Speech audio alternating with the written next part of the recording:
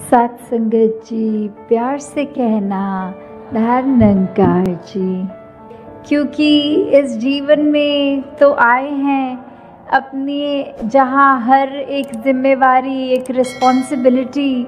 को निभाना बहुत ज़रूरी होता है। अपने काम काज, अपनी एजुकेशन या जिस पड़ाव पे भी उम्र के जो भी उस तरह से एक कार्य है करने वाला, उससे जिम्मेवारी से पीछा नहीं छोड़ना है। वो करते हुए अपने जीवन में भक्ति को साथ साथ रखना है। तो ये संभव कैसे हो पाएगा कि अगर हम ये अपने दिन को, जैसे एक हमारा डेली एक दिनचर्या होती है, उसमें भक्ति को कैसे डालना है। तो बात सिर्फ यही है कि एक अगर हम अपने आप में सोचें कि क्या हमें कोई अलग समय निकालना पड़ता है सांस लेने के लिए पूरे दिन में? नहीं, हम सो रहे होते हैं तो भी सांस लेते हैं, हम कुछ खाना खा रहे होते हैं तो भी सांस लेते हैं, किसी से बात करते हैं तो भी सांस लेते हैं। तो ये कोई हमें अलग समय नहीं निकालना भक्ति के लिए, पर अपने आप को एक ऐसे उसमें नेचर में बांध लें कि हमारा चलता फिरता हर पल एक भक्ति के मार्ग पे ही हो। हमारा दिल सिर्फ प्यार करे, दिल इतना बड़ा हो जाए कि बिल्कुल नैरो माइंडेडली किसी को जज ना करें, कोई ये ना देखें कि सामने वाला मेरे जैसा नहीं दिखता, मेरे जैसी उसकी चॉइस नहीं है, वो खाता मुझसे अलग है, वो किसी और स्टेट का है, वो किसी और कंट्री का है, या उसका और भी कितने सारे रीज़न्स होते हैं जो एक बायसनेस बनाते हैं मन में। तो कैसे हमने अपने आप को ये एक तंगदिली से हटना है, इस नैरो सोच से हटना है और एक विशाल बनना है।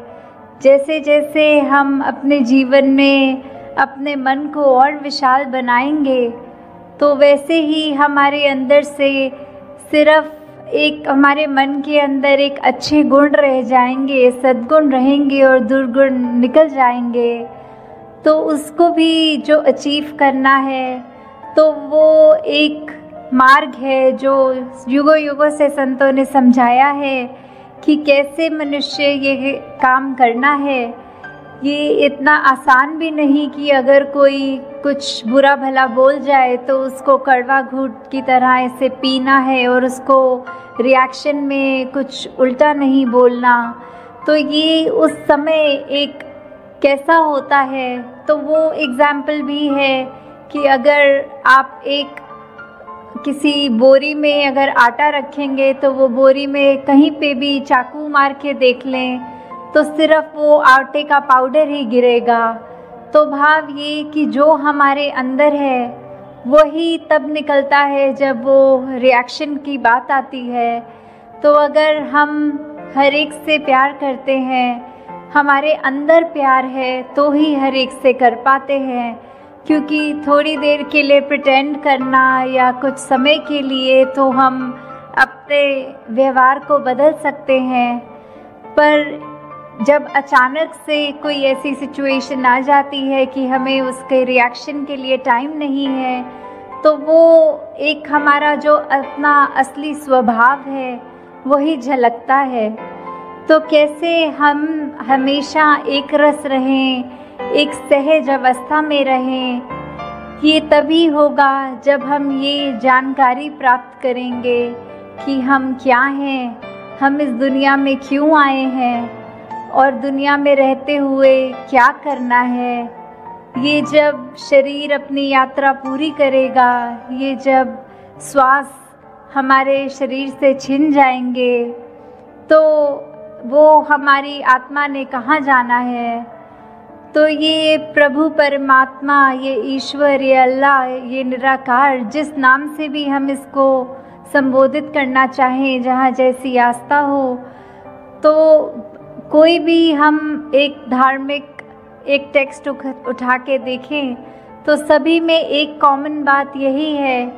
कि ये परमात्मा का अंश, ये आत्मा है और इस आत्मा ने मोक्ष तभी प्राप्त करना है जब वो इस परमात्मा को जान ले। क्योंकि शरीर ने तो अपने कुछ सालों की यात्रा को ही तय करना है, वो तो लिमिटेड एक हमारे नंबर ऑफ ईयर्स हैं। तो कैसे इस इटर्नल आत्मा ने, इस परमात्मा जो हमेशा रहेगा, उससे अपना मेल करना है, तो वो सिर्फ ब्रह्म ज्ञान द्वारा ही पॉसिबल है। कि कैसे जब हम self realisation through God realisation वाली बात, कि अपनी असली पहचान, अपना असली अस्तित्व हमें कैसे पता लगेगा, वो इस परमात्मा की जानकारी से। क्योंकि ये आत्मा जब इस शरीर में है तो इतने सालों से रहने के बाद वो अपने आप को शरीर ही मान बैठती है, पर ये तो उससे बहुत एक ऊंची अवस्था की है। शरीर ने तो जल्दी साथ छोड़ना है और ये आत्मा तो हमेशा रहेगी। तो कैसे उस मृत्यु के बाद भी ये जो एक मुक्ति वाली बात आती है, तो जब हम इस परमात्मा का, इस निराकार का एहसास अपने जीवन में रखते हैं, पल पल रखते हैं, तो अपने आप ही एक संतमति वाली बात हमारे अंदर रहती है। जब ये एहसास होता है कि परमात्मा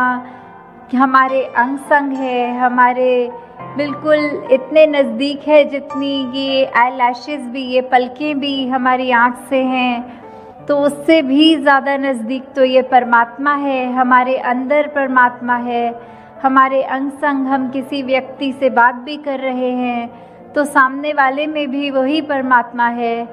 तो जब एक ये पता लग जाता है कि एक अगर पिता ही एक है, तो फिर बच्चों के बीच में वो नफ़रत किस बात की। तो कैसे एक ये यूनिवर्सल ब्रदरहुड, एक ये ग्लोबल विलेज वाली बात जो आती है, तो वो कैसे उसका एक असली रूप हम कैसे बना सकते हैं, वो हमारी सोच से, हमारे दिल से ही होगा। उसकी शुरुआत हमसे ही होनी है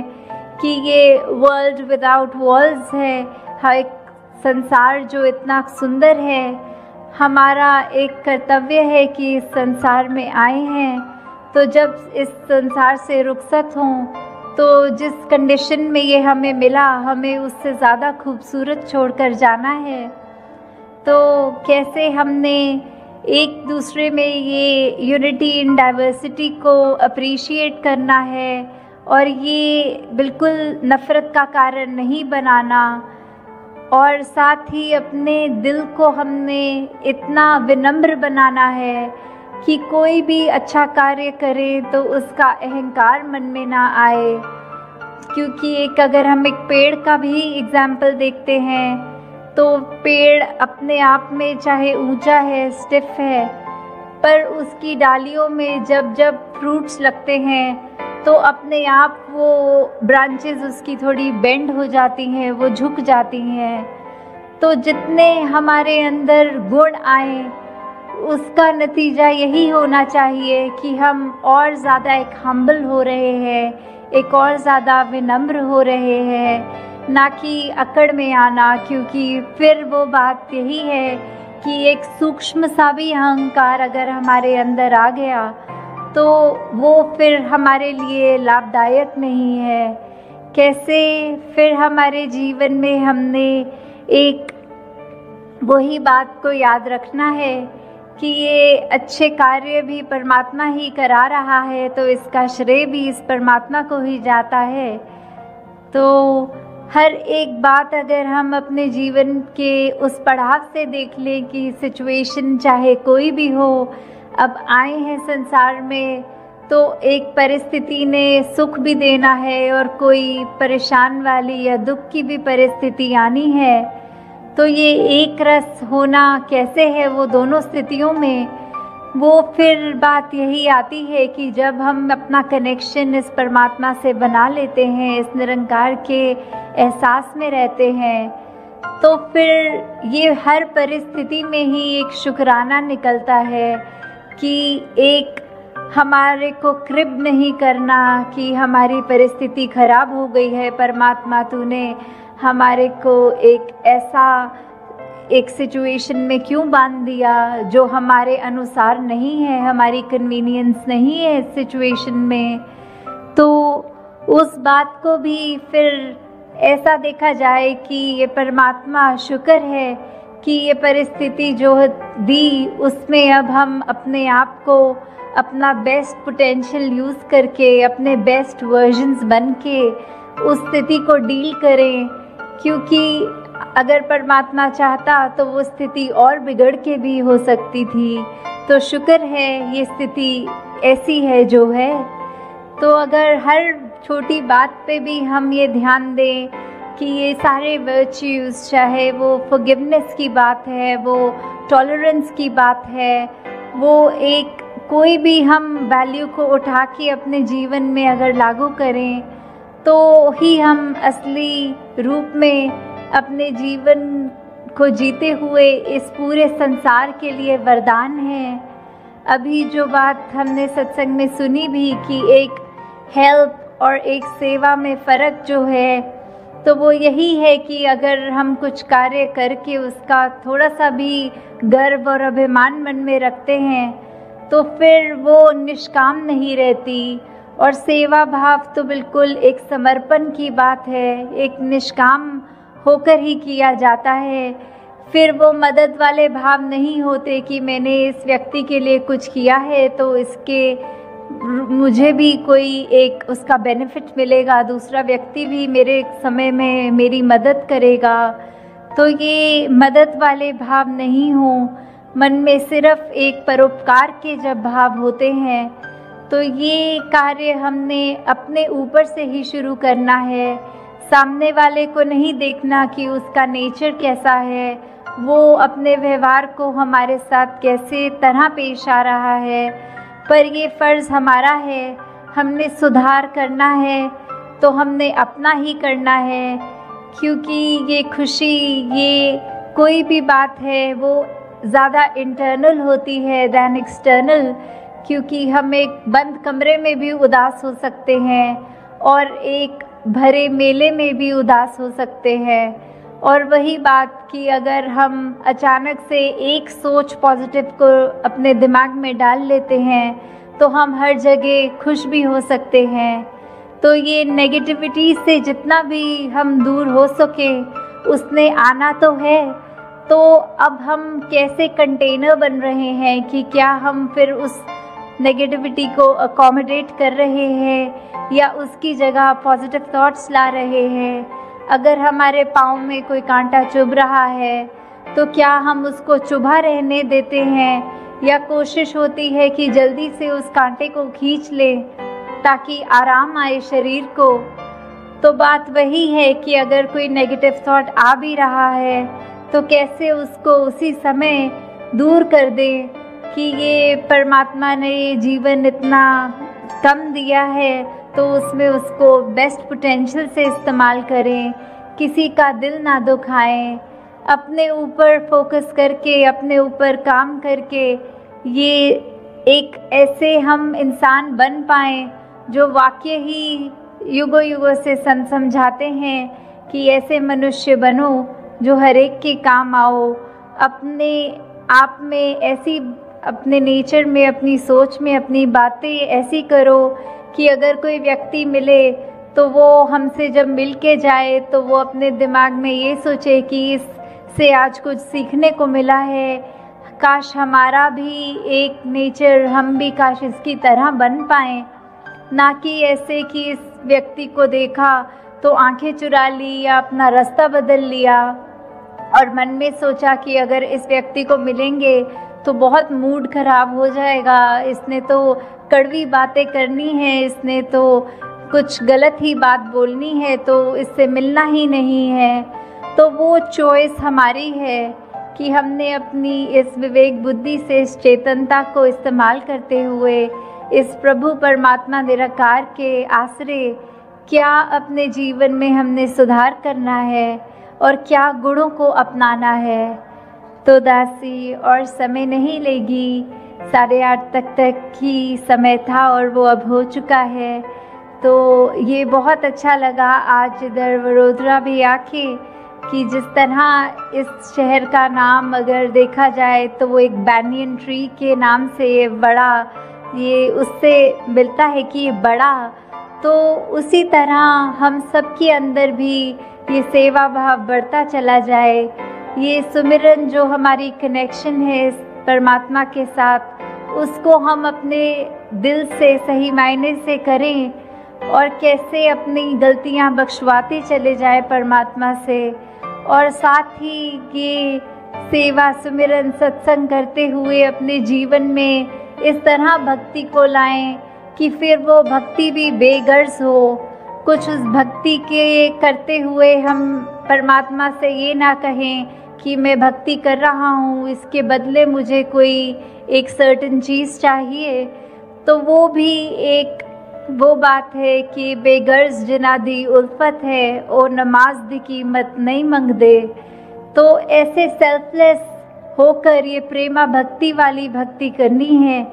जो इस परमात्मा से सिर्फ दिल का नाता रखते हुए, और जब इस परमात्मा इस इतनी स्थिर है जो ये पावर उसके साथ जुड़ गए तो हमारा मन भी स्थिर होगा, हमारे को वो बेचैनियाँ फिर इतनी इफ़ेक्ट नहीं करेंगी, फिर हम पूरे संसार में सिर्फ शीतलता ही पहुँचाएंगे। तो हर एक को परमात्मा ये कृपा करे सब पे कि हर एक का जीवन जहाँ कैसा भी हो उसमें ये शुक्राना भाव रहे, उसमें अपनी तरफ से सामने वाले को देने के लिए इस दिल में सिर्फ प्यार रहे। तो और कैसे हर एक के अंदर जो हमको उसी परमात्मा को देखना है, वो फिर ऐसा करने से जब मानवीय गुण हमारे जीवन में रचते जाएंगे, हमें किसी से फिर किसी प्रकार की शिकायत नहीं रहेगी, किसी के लिए मन में नफ़रत नहीं रहेगी, क्योंकि संतों ने तो युगों युगों से यही पैगाम दिया है कि हम अपने आप की पहचान कर लें, इस परमात्मा की पहचान कर लें। कैसे हम जब ये जान जाएंगे कि यही है और रहता है और आगे भी रहेगा, कैसे हम ये जब पहचान लें कि हम हर एक प्राणी में, पूरे ब्रह्मांड के रेशे रेशे में ये परमात्मा है, निरंकार है, तो कैसे जीवन हमारा बहुत ही सरल हो जाएगा। कैसे फिर हम ये देखेंगे कि ये दुनिया जो है ये वाकई ही स्वर्ग का नक्शा बन गई है। कैसे हर एक चीज़ में हमारी आदत बन जाएगी खूबसूरती को ही देखना, अवगुणों को छोड़ देना, क्योंकि संसार की हालत से तो हर कोई परिचित है कि क्या हालत हो गई है संसार में। हर कोई यही कोशिश करता है कि किसी दूसरे को दबा लिया जाए, किसी के दुखों में मरहम की जगह नमक लगा के उसको और परेशान किया जाए। कैसे ये अपना व्यवहार किसी दूसरे को मजबूर देखकर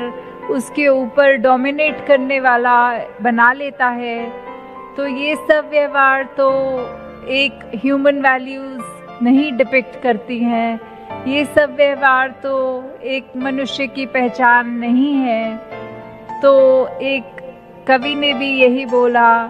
कि सांपों को कैद कर लिया सपेरे ने ये कह के कि आदमी को डसने के लिए आदमी ही काफ़ी है। कि कैसे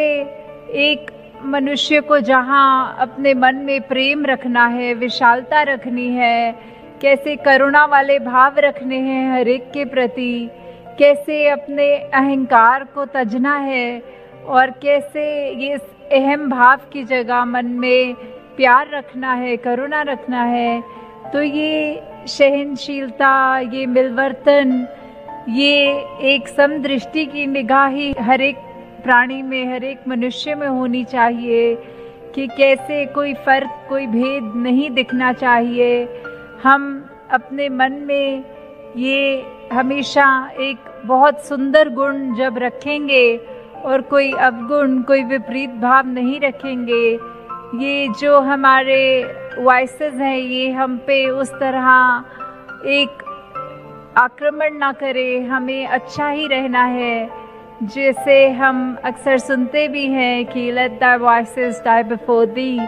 कि कैसे अपने अंदर से हमें वो सारी चीज़ें जो हमारे भले के लिए नहीं है, जो और किसी के लिए भले के लिए नहीं है, ऐसे भावों को, ऐसी सोच को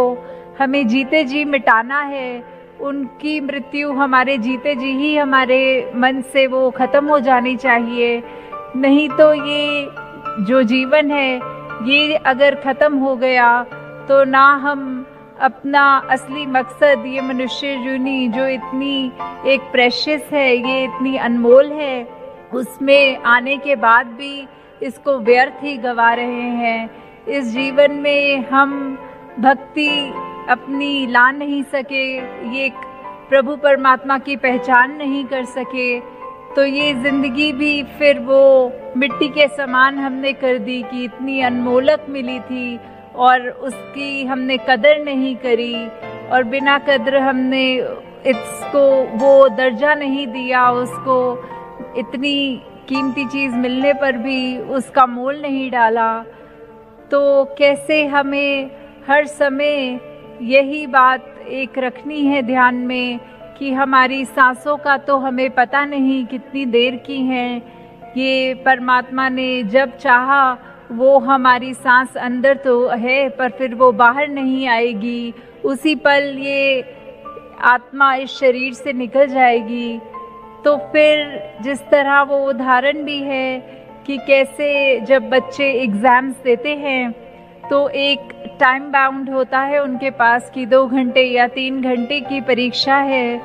और 3 घंटे के बाद या तो खुद ही पेपर सबमिट कर देते हैं अपना बच्चे, पर अगर कोई कुछ लिख रहा होता है और समय समाप्त हो जाता है तो फिर वो इन्विजिलेटर को पेपर खींचना ही पड़ता है वो स्टूडेंट के हाथ से। तो कहीं वो हाल हमारा ना हो जाए कि हम तो ऐसे गफलत की नींद में सोए रहें, ये बार बार हमारे कानों में आवाज़ भी पड़ रही है कि अपनी पहचान कर लो, इस परमात्मा को जान लो, फिर भी हम अगर आलसी करते रहे या वो समय की कदर ना करें तो फिर वैसे ही श्वासों की जब लड़ी हमसे छिनेगी तो फिर हम पछतावा भी नहीं कर पाएंगे, क्योंकि वो समय तो बीत गया है। तो कैसे ये मनुष्य को बार बार भी अगर सदियों से, युगों से संतों ने यही संदेशा दिया है कि ये समय की संभाल कर लो, फिर भी मनुष्य वो मैसेज सुनता है और अनसुना कर देता है, या कभी ऐसे सोच लेता है कि अभी तो हमारे जीवन में बाल अवस्था है, युवा अवस्था है, ये भक्ति का मार्ग तो हम बुढ़ापे में अपना लेंगे, पर किसी को क्या पता कि श्वास कितने हैं। तो फिर जितनी भी जिंदगानी दातार ने हर एक को बख्शी है, हमें उसी समय के रहते रहते इस परमात्मा की पहचान करनी है। कैसे एक उदाहरण के तौर पे अगर ये देखा गया है कि केले का छिलका है, उस पे पैर अगर रखो तो फिसल जाओगे, तो इसका मतलब हमें ये तो बोध हो गया कि ऐसा करना हमें है, उससे नुकसान हो जाएगा। पर फिर भी हम अगर ये समझे कि अब रास्ते में केले का छिलका है तो हमारी मजबूरी है, हमने उसके ऊपर पैर रखना ही रखना है, तो ये तो हमारी नादानी है, ये हमारी नासमझी है। ऐसे ही नासमझी के भाव को हमने दूर करना है अपनी ज़िंदगी से। कैसे वो हम जब ये बात समझ जाएंगे, हमारा जीवन खुद ब खुद ये भक्ति के मार्ग पे पहुंच जाएगा, उसके ऊपर हम चलने लगेंगे। फिर ये समझ आ जाएगा कि हमारे परिवार, हमारे कामकाज ये तो सिर्फ एक गुजरान के लिए इस मालिक ने हमें दिए हैं,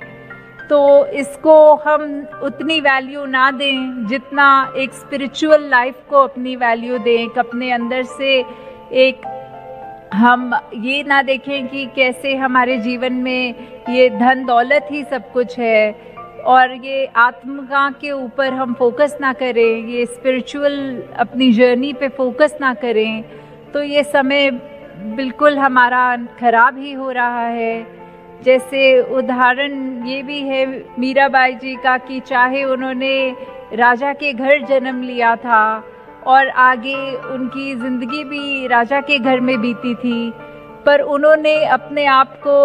ये सच्ची दौलत, ये धनवान अपने आप को कब माना था?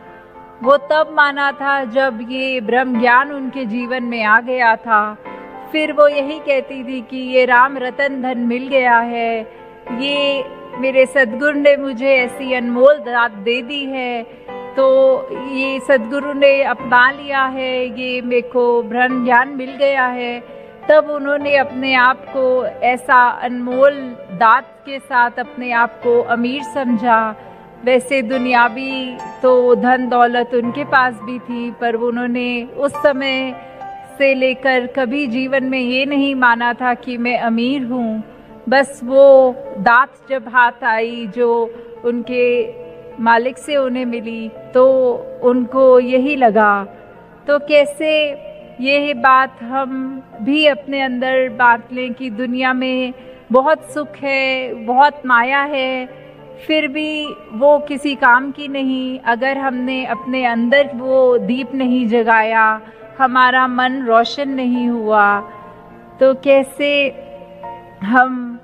अपने जीवन में ये नाम धन अगर लेते हैं तो ही हम शाहों के शाह होते हैं, तो ही सच्ची अमीरी हमारे हिस्से आती है। जैसे संसार में तो बहुत चीज़ों के मैसेजेस हमें मिलते रहते हैं,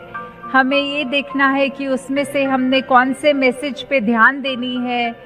क्योंकि हमारी आँख ज़रूरी नहीं है कि हर एक चीज़ जिस पर पड़ रही है उस पे हमें ध्यान देना है। हमें बहुत ही सिलेक्टिव होना है कि क्या संदेश हमारे काम का है उस संदेश को उठाएं, क्या हमारे काम का नहीं है उसको छोड़ दें। तो जैसे ये उदाहरण कि टीवी पे अनेकों चैनल आते हैं, रेडियो पे अलग चैनल आते हैं, हर एक पे अलग ही संदेश होता है। किसी पे कुछ संगीत आता है तो किसी पे न्यूज़ आती है, किसी पे कुछ आता है, स्पॉट्स आते हैं। तो फिर वो फ्रीक्वेंसी पे हर एक अपनी बात अलग कर रहा है।